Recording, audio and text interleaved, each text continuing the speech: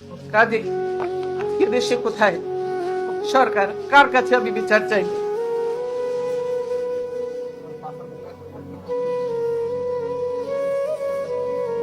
দীর্ঘদিনের সংসারের সব মালামাল রেখে আমাকে এক কাপড়ে বাড়ি থেকে বেরিয়ে আসতে হলো,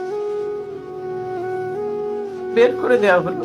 আজকে যে ভাবে আমাকে অপমান করা হয়েছে, ঘরের দরজা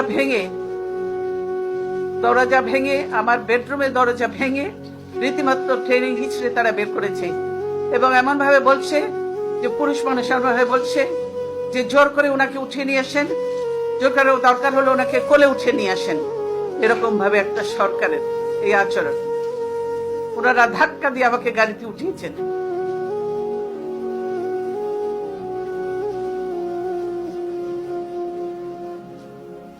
আমার পরিবারের সদস্যদের গায়ে হাত তুলতেও তারা দ্বিধাবোধ করেনি।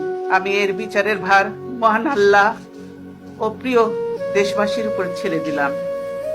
আমি দেশবাসীর নিরাপত্তার জন্য মহান আল্লাহর দরবারে দোয়া করছি। আপনারা সকলেই আমার জন্য দোয়া করবেন।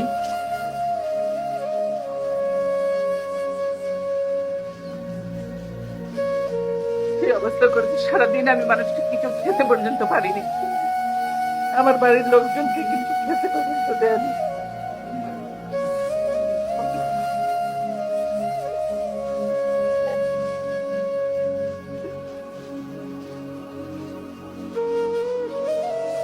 অথচ তারা মিথ্যা কথা বলছে যে আমি নিজের বাড়ি ছেড়ে বেরিয়ে এসেছি। এটা সম্পূর্ণ মিথ্যা কথা, বানোয়ার কথা।